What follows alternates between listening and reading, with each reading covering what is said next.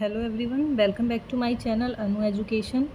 जैसा कि आप लोगों को पता है कि हम लोगों ने एक समाजशास्त्र की सीरीज़ शुरू की हुई है, जिसमें हम लोगों ने अभी तक 5 वीडियोस में समाजशास्त्र क्या है, उसकी परिभाषाएं और समाजशास्त्र का अध्ययन क्षेत्र, ठीक है, इन सब चीज़ों की स्टडी अभी तक हमने की है। इसके बाद में आज की वीडियो में हम समाजशास्त्र का विषय क्षेत्र, इसके बारे में जानेंगे। ठीक है, अध्ययन क्षेत्र और विषय वस्तु दोनों ही अलग अलग चीज़ें हैं। तो समाजशास्त्र का अध्ययन क्षेत्र हम पढ़ चुके हैं, यानी कि स्कोप ऑफ सोशियोलॉजी। आज की इस वीडियो में हम समाजशास्त्र की विषय वस्तु क्या है उसके बारे में जानेंगे। ठीक है, यानी कि सब्जेक्ट मैटर ऑफ सोशियोलॉजी।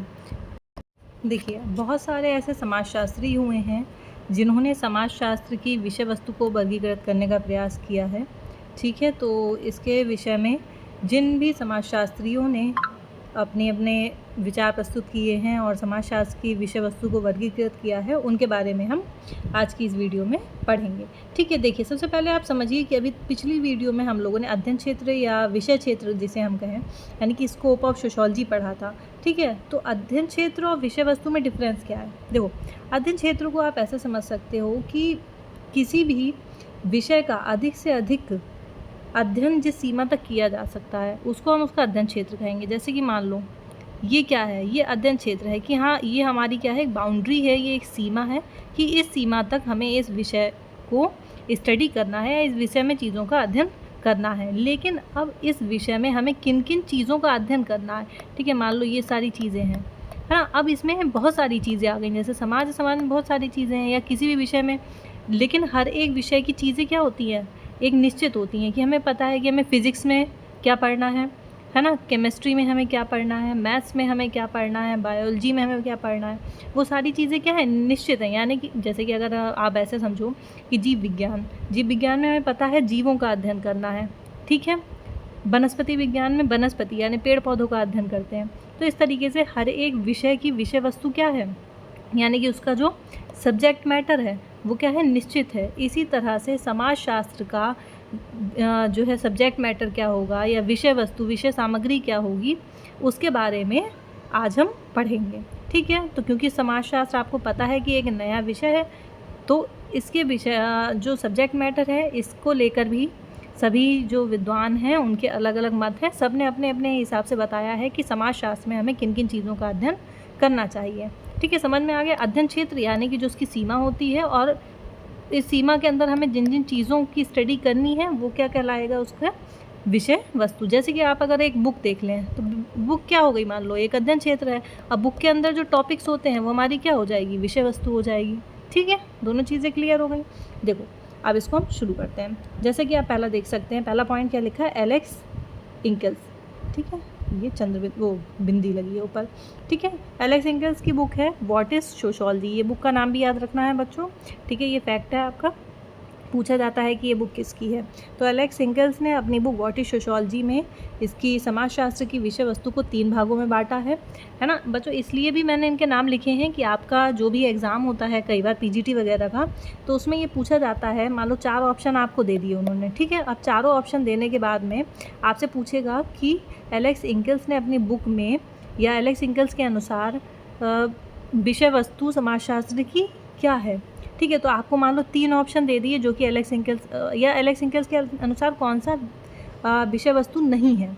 ठीक है, तो 3 ऑप्शन आपको ये दे दिए, अनुभाविक, विश्लेषणात्मक और ऐतिहासिक, और चौथा कोई ऑप्शन अलग दे दिया।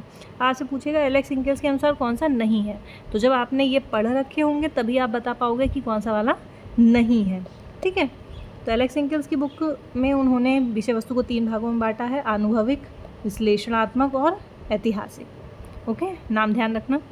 नेक्स्ट, दूसरा है, इसी तरह से अगस्त कॉम्ट ने भी समाजशास्त्र की विषय वस्तु के बारे में चर्चा की है।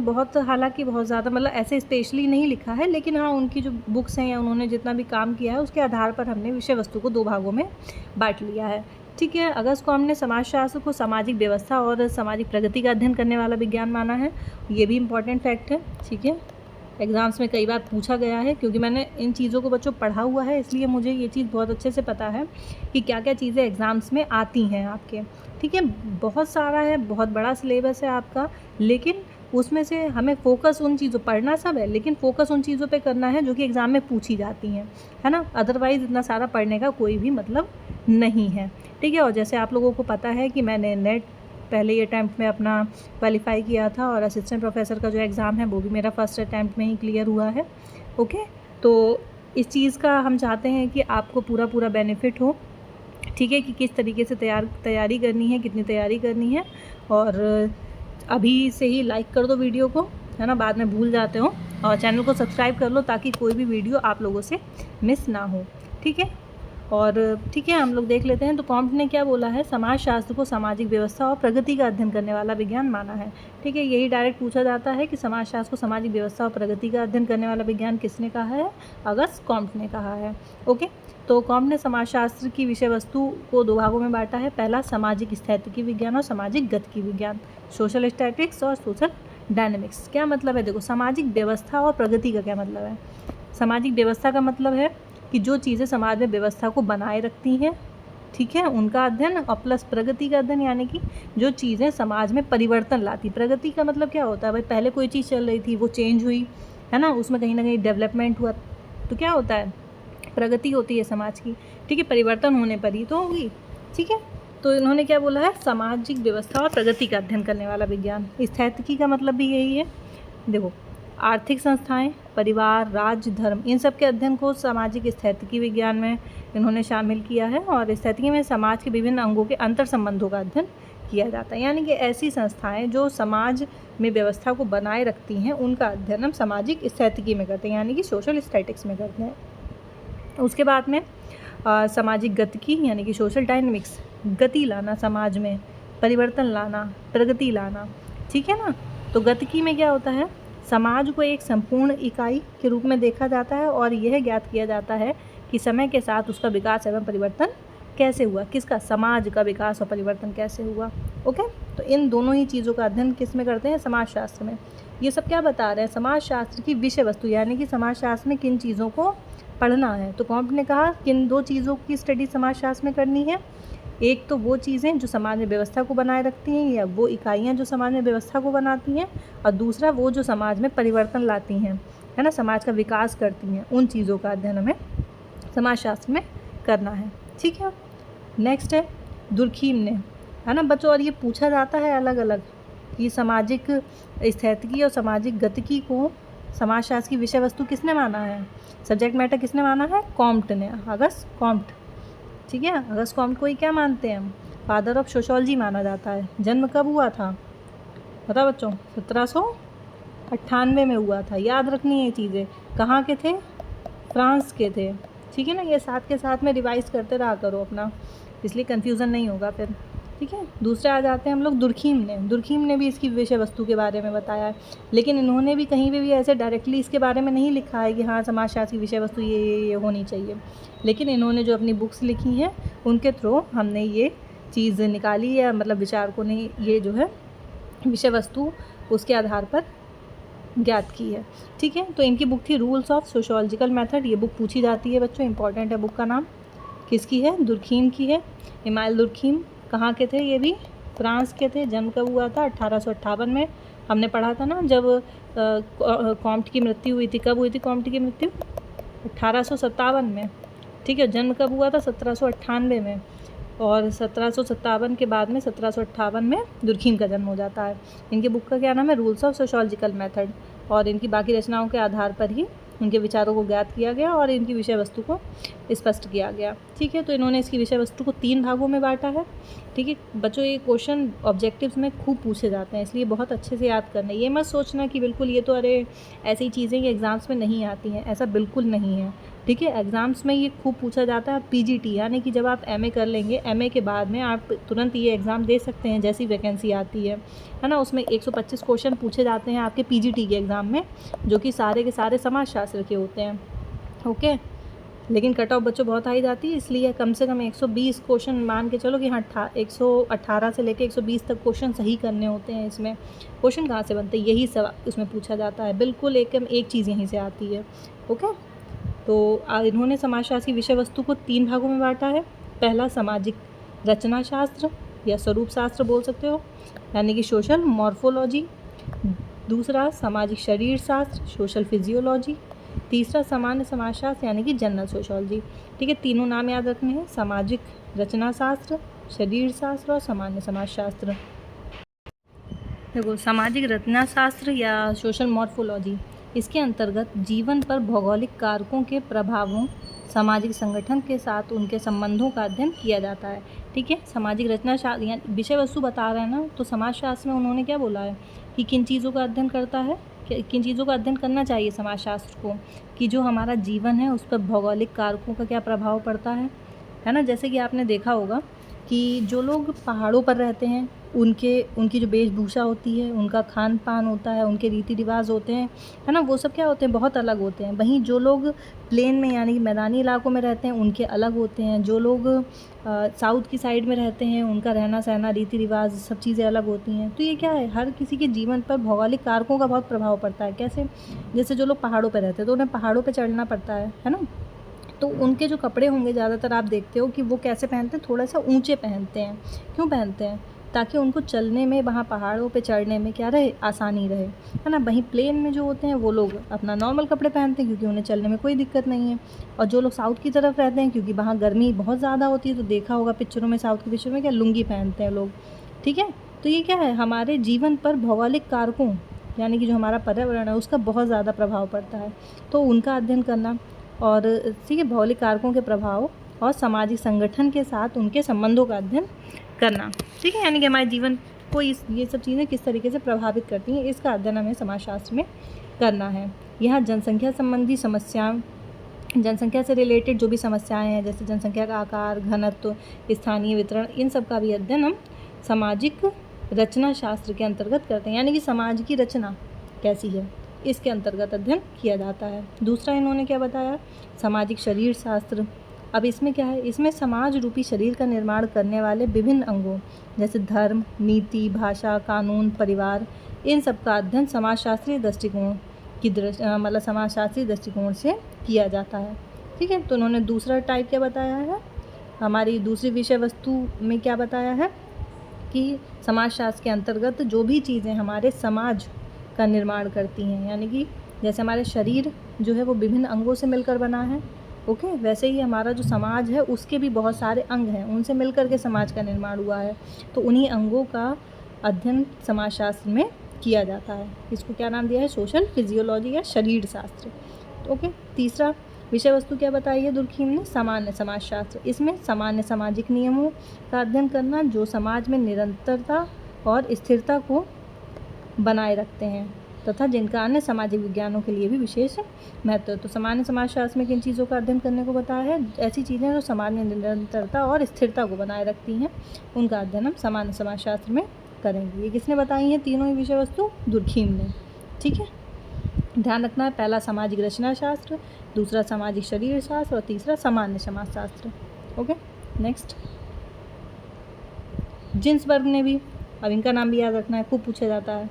जिन्सबर्ग ने समाजशास्त्र की विषय वस्तु को 4 भागों में बांटा है। क्या क्या, पहला तो आपका जो दुर्खीम का है वही है सामाजिक रचना शास्त्र यानी कि मॉर्फोलॉजी। दूसरा क्या इन्होंने बता दिया, सामाजिक नियंत्रण। तीसरा सामाजिक प्रक्रियाएं और चौथा सामाजिक विकार या व्याधि शास्त्र। तो इन्होंने कहा ये समाजशास्त्र की विषय वस्तु होनी चाहिए। किसने बताया है, जिन्सबर्ग ने। देखो, सामाजिक रचना शास्त्र जैसे कि वही जो भी समाज की संरचना का निर्माण करने वाले विषय हैं उनका अध्ययन हमें सामाजिक रचना शास्त्र में करना है, जैसे समूह, संस्थाएं, समितियां, समुदाय। ठीक है, इनसे समाज का निर्माण होता है, तो सामाजिक रचना शास्त्र में इन सब को विषय वस्तु माना गया है। फिर सामाजिक नियंत्रण, जो समाज में व्यक्तियों के व्यवहारों को नियंत्रित और व्यवस्थित करते हैं, उनका अध्ययन समाजशास्त्र में करना है, जैसे धर्म, प्रथा, परंपरा, कानून, जनरीति। ठीक है, हमारे समाज में जो व्यक्तियों के व्यवहार होते हैं उसको नियंत्रित एवं व्यवस्थित करते हैं। धर्म हमें बताता है कि हमें समाज में कैसे व्यवहार करना है, क्या अच्छा है, क्या बुरा है, कैसे करना चाहिए, क्या नहीं। तो ये कहीं ना कहीं हमारे व्यवहार को नियंत्रित करता है। कानून के द्वारा हमें ये बताया जाता है कि भाई चोरी नहीं करनी है, चोरी करेंगे तो दंड मिलेगा, है ना, कोई भी गुनाह करेंगे तो दंड मिलेगा। तो इंसान क्या डरता है ना। तो ये चीज़ें क्या है, समाज को नियंत्रित, समाज में लोगों के व्यवहारों को नियंत्रित करने का कार्य करती हैं। तो उन्होंने बोला कि हमें समाजशास्त्र में इन चीज़ों का भी अध्ययन करना चाहिए जो कि व्यक्ति के व्यवहारों को नियंत्रित करती हैं। तीसरा सामाजिक प्रक्रियाएं, व्यक्तियों के बीच संबंधों के विभिन्न स्वरूपों का अध्ययन करना, जैसे कि सहयोग, संघर्ष, अनुकरण, अनुकूलन, समायोजन, प्रतिस्पर्धा। इन सब का भी अध्ययन किस में करना चाहिए? समाजशास्त्र में करना चाहिए। किसने बोला? जिन्सबर्ग ने। यानी कि जो चीज़ें क्या हैं, जैसे कि भाई आप और मेरे बीच में क्या है, क्या चल रहा है? सहयोग, कोऑपरेशन ही तो कर रहे हो भाई। स्टूडेंट अगर आप लोग हो, आप ये लेक्चर सुन रहे हो, तो भाई कहीं ना कहीं आप एक कोऑपरेट कर रहे हो मेरे संग में, है ना। कभी आपकी किसी व्यक्ति से लड़ाई होती है तो संघर्ष होता है। तो ये क्या, दो व्यक्तियों के बीच के संबंध के जो स्वरूप हैं, टाइप्स हैं, यानी कि अलग अलग फॉर्म्स हैं हमारे बीच की, उनका अध्ययन भी करना क्या है? समाजशास्त्र की विषय वस्तु है। यानी कि समाजशास्त्र में उन चीज़ों का भी अध्ययन करना है। यानी कि दो व्यक्तियों के बीच में कैसा संबंध है, उसका अध्ययन भी समाजशास्त्र को करना है। ठीक है। चौथा, सामाजिक विकार या व्याधि शास्त्र, चौथा टाइप इन्होंने बताया। ठीक है। इन्होंने क्या बोला है? सामाजिक संबंध हमेशा ही सहयोग, जरूरी नहीं है कि हमारे बीच में जो संबंध हों लोगों के बीच में वो हमेशा ही सहयोगी हों, बल्कि वो विघटनकारी भी होते हैं। यानी कि हमेशा चीज़ें ऐसी नहीं होती हैं जो समाज को जोड़ के रखने का या समाज की उन्नति करने का ही काम करें। कुछ ऐसी चीज़ें भी होती हैं समाज में जो कि समाज के विघटन के लिए उत्तरदायी होती हैं। ओके। अतः विघटनकारी दशाओं या जो व्याधि शास्त्र, बाधा उत्पन्न करने वाली चीज़ें हैं, उनका अध्ययन भी हम समाजशास्त्र में करते हैं। जैसे कि अपराध, निर्धनता, बेकारी, आत्महत्या, भ्रष्टाचार, ये सब भी चीज़ें क्या हैं? समाज का ही हिस्सा है। ठीक है। तो इनका अध्ययन भी हम समाजशास्त्र में करते हैं। तो इस तरीके से जिन्सबर्ग ने समाजशास्त्र की विषय वस्तु को 4 भागों में बांटा है: सामाजिक रचना शास्त्र, सामाजिक नियंत्रण, सामाजिक प्रक्रियाएं और सामाजिक व्याधि शास्त्र या सामाजिक विकार। ओके। बहुत ईजी है बच्चों, इसको 1-2 बार सुन लोगे ना बिल्कुल रट जाएंगी, कहीं कोई कन्फ्यूज़न है ही नहीं इसके अंदर। ठीक है। नेक्स्ट, अब पूछे जाते हैं बच्चों, एक एक चीज़ जो मैंने लिखी है ये पूछी जाती है। ठीक है। ऐसा कुछ भी एक्स्ट्रा नहीं है जो नहीं पूछा जाता और बेफालतू में यहाँ लिखा हुआ हो। ओके।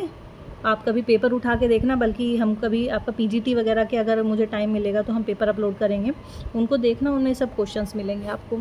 ऐसे ही टॉनीज़ हैं, टॉनीज़ ने भी समाजशास्त्र की विषय वस्तु को 3 भागों में बांटा है। विशुद्ध समाजशास्त्र, ये क्वेश्चन पूछा गया है एक बार, इंपॉर्टेंट है कि विशुद्ध समाजशास्त्र टॉनीज़ की विषय वस्तु है। प्रयोग सिद्ध समाजशास्त्र और व्यवहारिक समाजशास्त्र। मैनहीन ने भी 3 भागों में बांटा है: सामान्य समाजशास्त्र, ऐतिहासिक और व्यवस्थित समाजशास्त्र। र्यूटर, इसमें ऐसे लिख लेना, र्यूटर ऐसे, ठीक है, र्यूटर एंड हर्ट ने भी 3 भागों में बांटा है। सामाजिक, ये क्वेश्चन पूछा गया है एक बार, स्टडी ऑफ सोशल हेरिटेज, व्यक्तित्व तथा उसका विकास और सामाजिक प्रक्रियाएं, इन्होंने इसको समाजशास्त्र की विषय वस्तु माना है। नेक्स्ट है, सोरोकिन ने भी 3 भागों में बांटा है। सामाजिक घटनाओं में सहसंबंधों का अध्ययन करना समाजशास्त्र की विषय वस्तु है। सामाजिक जीवन पर बाकी कारकों का क्या प्रभाव पड़ता है, उनका अध्ययन करना। सामाजिक जीवन की विशेषताओं का अध्ययन करना, ये सभी समाजशास्त्र की विषय वस्तु हैं। किसने कहा है? सोरोकिन ने। मैकाइवन ने 3 भागों में बांटा है: सामाजिक संबंध, सामाजिक अंतरक्रिया और संस्कृति का अध्ययन। सिमेल ने सामान्य समाजशास्त्र, दार्शनिक और स्वरूपात्मक, ये 3 भागों में बांटा है। ओके। सिमेल का तो आप लोगों ने पढ़ा भी होगा। इन्होंने समाजशास्त्र को क्या बोला है? समाजशास्त्र सामाजिक संबंधों के स्वरूपों का अध्ययन करने वाला विज्ञान है। किसी ने अगर मेरी पिछली वीडियो देखी होगी तो उसने ये चीज़ पढ़ी होगी, है ना। सिमेल ने क्या बोला है? सामाजिक संबंधों के स्वरूपों का अध्ययन करने वाला विज्ञान है समाजशास्त्र। ठीक है। नेक्स्ट, चलो आज के लिए इतना ही। और ये सभी बच्चों इंपॉर्टेंट हैं, पूछे जाते हैं, जिसमें आपको दुर्खीम, जिन्सबर्ग का, ठीक है, कॉम्ट का बहुत ज़्यादा ही ध्यान रखना है, वो बहुत पूछे जाते हैं। और बाकी इनमें से भी कई बार क्वेश्चन बन जाता है। ठीक है। और आज की वीडियो में बच्चों इतना ही रखते हैं। मेन आपकी जितनी भी चीज़ें थी वो कवर हो गई। ये क्या हो गया आपका? समाजशास्त्र की विषय वस्तु के बारे में, यानी कि समाजशास्त्र में हमें किन किन चीज़ों का अध्ययन करना है वो इसकी विषय वस्तु के अंतर्गत विभिन्न समाजशास्त्रियों ने बताया है। ओके। और चैनल को सब्सक्राइब कर लो बच्चों, ताकि वीडियो मिस ना हो आपकी। आगे आने वाले समय तक जितनी भी वीडियोज़ आएंगी सब बहुत ही इम्पॉर्टेंट होंगी। ठीक है। और लाइक कर दो अगर ना किया हो तो। Okay. Thank you and God bless you and best of luck for your upcoming exams. Thank you.